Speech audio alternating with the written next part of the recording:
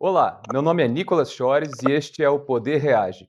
Aqui, todas as semanas, reunimos dois políticos ou analistas para reagirem a determinados fatos que foram destaque durante a semana, num debate plural em formato dinâmico.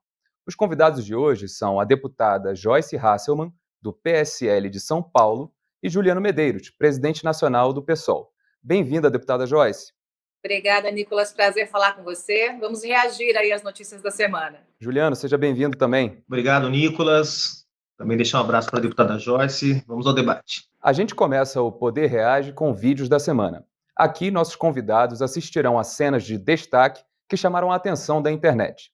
Nós mostraremos a reação deles, sem cortes, e depois abriremos o espaço para comentarem.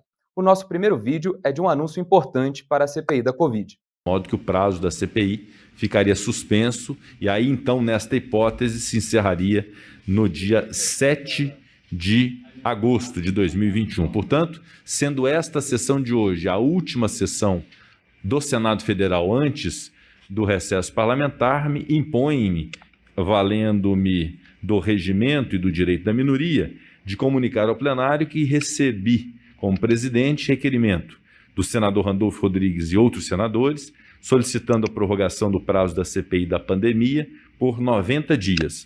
O requerimento lido contém subscritores em número suficiente para prorrogar o prazo da Comissão Parlamentar de Inquérito, nos termos do artigo 152 do Regimento Interno, e será publicado para que produza os devidos efeitos. Começando pela deputada Joyce, por favor, qual a sua avaliação sobre o efeito político da prorrogação da CPI? Importantíssima a prorrogação da CPI, o governo tentou de todas as formas segurar, agora é importante também que se tenha oitivas, né? Porque ficou aquela coisa, no recesso não vai ter oitiva. Bom, não dá para dar, na minha avaliação, esse tempo aí de esfriamento da CPI, porque isso aí também ajuda aí o governo e toda a força que o governo tem, né, para fazer pressão em cima das pessoas que estão trazendo informações. Em qualquer país sério, esse grupo aí ligado ao Ministério da Saúde, o próprio presidente, já teriam saído do poder e já estariam atrás das grades.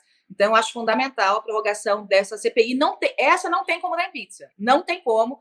Seria realmente bater na cara do povo brasileiro. Obrigado, deputada. Agora, Juliano, por favor, também em um minuto. A CPI conseguiu produzir provas concretas contra o governo federal, na sua avaliação? Muitas, Nicolas. A CPI conseguiu comprovar muitas das denúncias que a oposição tem feito ao longo dos últimos meses. Comprovou que o governo sabotou de forma consciente a realização de uma campanha de conscientização sobre a Covid, que o governo, conscientemente sabendo que o kit Covid não respondia às necessidades do combate à pandemia, investiu milhões de reais através da produção desse medicamento para produzir aí uma falsa sensação de melhoria no combate à pandemia.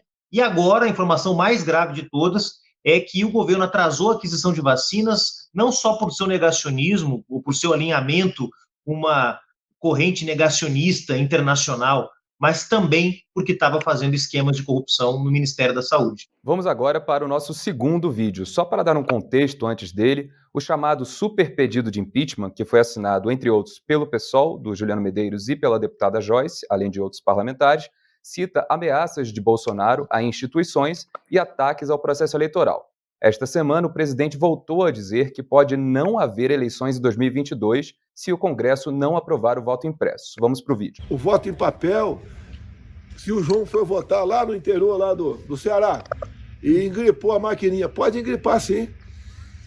E daí o mesário vai lá e vai ver que o João votou em tais candidatos. Isso desqualifica as eleições, porque fere o sigilo do voto. É uma resposta de um imbecil. Eu lamento falar isso na autoridade suprema do Tribunal Federal. Só um idiota para fazer isso aí. O que está em jogo, pessoal, é o nosso futuro e a nossa vida. Não pode um homem querer decidir o futuro do Brasil na fraude. Não tenho medo de eleições. Entrego a faixa para quem ganhar.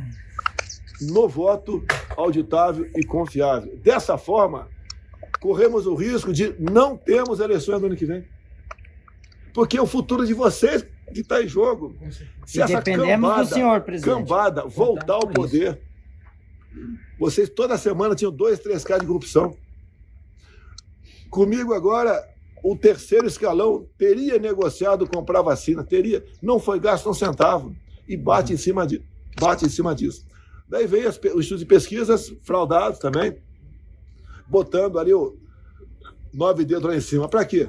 Para ser confirmado com o voto fraudado. Bom, deputada, queria pedir sua opinião sobre a PEC do voto impresso que tramita na Câmara, onde a senhora é parlamentar, e sobre essa fala do presidente Jair Bolsonaro. Bom, primeiro que o presidente está falando em defesa de si mesmo, né? Ele sabe que não vai ser reeleito, talvez nem vá para um segundo turno. Eu tenho trabalhado para isso, para que ele não vá para um segundo turno, para que tenhamos uma terceira via.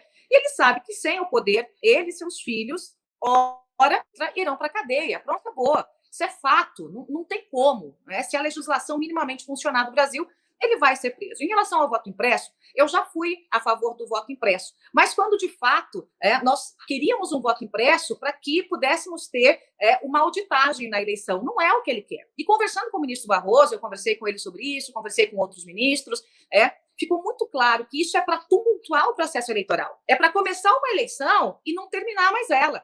Quando a gente viu a confusão que aconteceu nos Estados Unidos, que o Trump usou todo tipo de artifício para judicializar a eleição, aí, falei, peraí.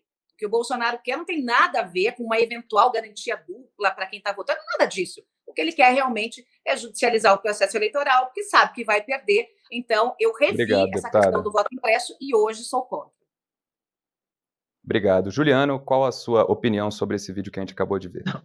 Primeiro, Nicolas, o Bolsonaro, mais uma vez, mostra que é um desqualificado, né? Não consegue formular 3 frases sem ter uma agressão, sem ter uma grosseria. É um sujeito que não está preparado para viver na democracia, para poder conviver com o contraditório. Jamais deveria ter chegado à presidência da República.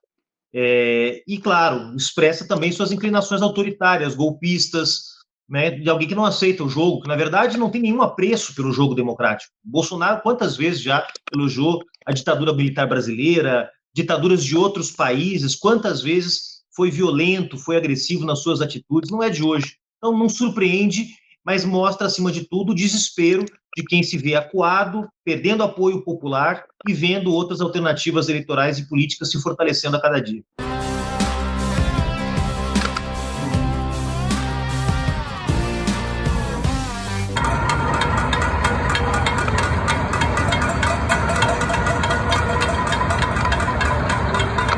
A gente viu, então, motociata do presidente em Porto Alegre e panelaços depois. Queria ouvir a deputada Joyce sobre manifestações contra o presidente Bolsonaro, sejam elas panelaços ou manifestações de rua.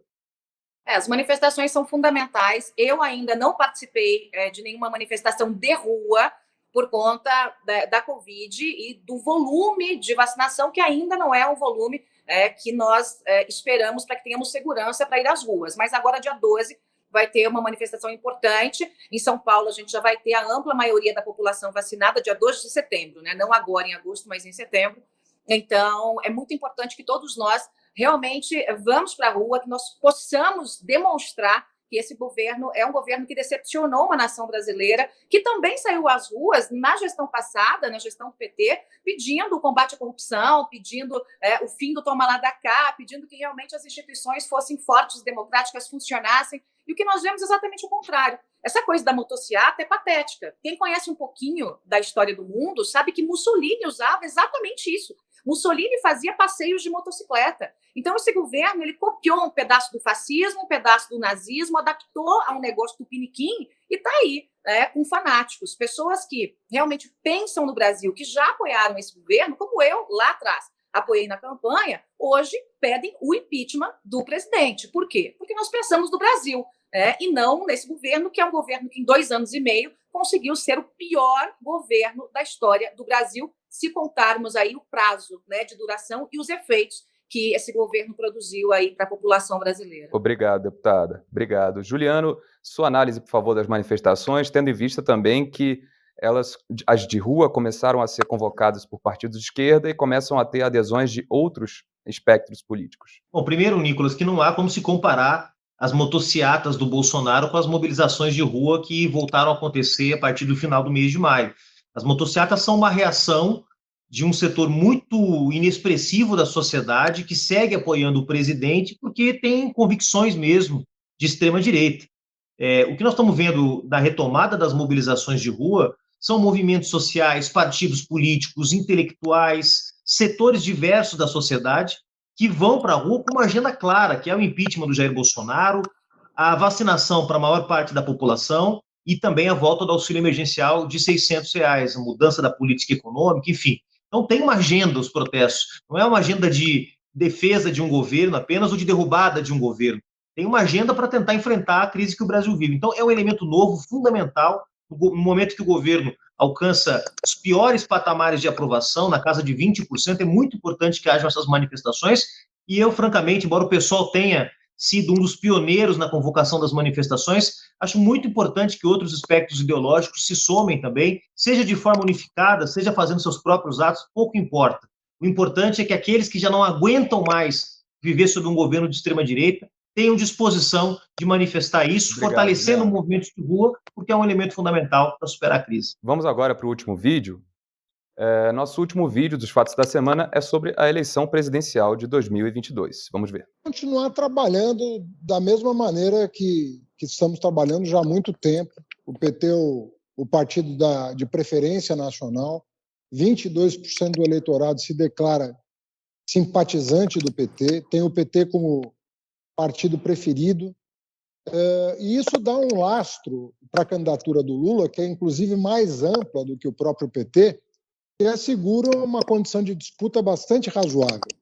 Mas nós não vamos baixar a guarda, porque nós sabemos que nós estamos lidando com um candidato à reeleição muito perigoso, uma pessoa que está constantemente ameaçando as instituições. Deputada Joyce, por favor, sua avaliação sobre a fala do ex-ministro Fernando Haddad. Bom, eu declaradamente fui às ruas pelo impeachment da Dilma, pelo fim do governo do PT, pelos escândalos de corrupção que aconteceram no governo do PT, Petrolão, Mensalão e tudo que a gente já sabe aí na história, e só embarquei num apoio lá atrás ao governo Bolsonaro porque ele levantava a bandeira anticorrupção. Quando eu vi que era corrupto igual o outro, saí, desembarquei desse barco. Então, da mesma forma que eu lutei contra o PT, lutarei contra o Bolsonaro e, obviamente, não estarei do lado do PT na próxima eleição. Busco uma terceira via, é por ela que eu trabalho, para que nós possamos entregar o que realmente prometemos para o Brasil. Obrigado, deputada. E, Juliano, como você avalia essa fala de Haddad? Olha, a fala do meu amigo Fernando Haddad é a fala mais de um analista político do que um dirigente partidário. O que ele está dizendo é óbvio, o PT é uma força política e partidária muito relevante no Brasil, ainda é a força hegemônica entre os partidos de esquerda e tem como nome principal uma grande liderança política do país, né?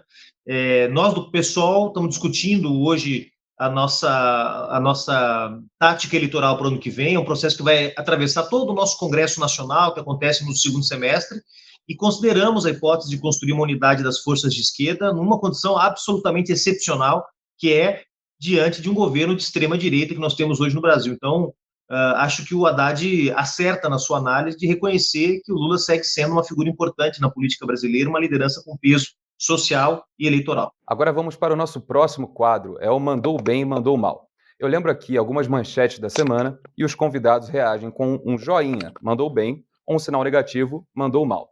No final, os dois terão 30 segundos para considerações finais e para comentar algum desses acontecimentos que chamaram a atenção. Preparados?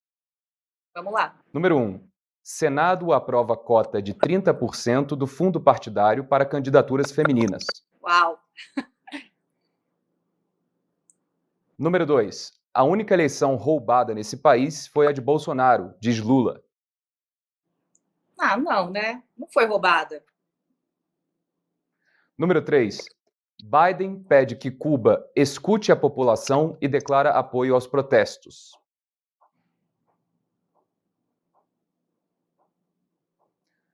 Número 4. Bolsonaro oficializa indicação de André Mendonça para o STF. Agora eu peço que cada um faça suas considerações finais em 30 segundos. Fiquem à vontade. Por favor, deputada Joyce, pode começar. Eu vou começar pelo STF, né? É um verdadeiro absurdo que a gente vê no STF. Eu sou a favor de mandato no STF. Não dá para alguém chegar lá com 30, 35 anos e ficar até 75 anos. E o presidente da República está colocando seus cupinchas dentro da maior corte desse país. O André Mendonça, além de ser absolutamente medíocre, é muito medíocre, inclusive, para ocupar o cargo que ocupa até agora, vai lá prestar um desserviço para o país e tentar blindar um homem que realmente vai fazer de tudo para se manter de qualquer forma no poder, inclusive já flertou muitas vezes aí com o golpe. Agora, Juliano, suas considerações finais, apontamentos aí sobre as manchetes que a gente escutou. Bom, agradecer, Nicolas, Poder 360, dizer que eu me surpreendi com o resultado aqui, com a afinidade de posições com a deputada Joyce, nós que ocupamos polos tão diferentes na política brasileira, e mencionar que eu acho que destacar a importância da gente reconhecer que a eleição de Bolsonaro não é só produto das fraudes eleitorais que foram cometidas através do financiamento empresarial de campanhas, através do envio de mensagens em massa, de crimes eleitorais que foram cometidos, mas também de uma insatisfação com o sistema político, e é preciso interpretar essa insatisfação para dar saídas à crise política, Obrigado, econômica e social que o Brasil vive. Deputada Joyce Hasselmann, do PSL, e Juliano Medeiros, presidente do PSOL, muito obrigado pela presença no nosso quadro. Voltem sempre ao Poder 360. E a você que nos acompanhou até aqui, muito obrigado. Este foi o Poder Reage. Voltamos na próxima semana.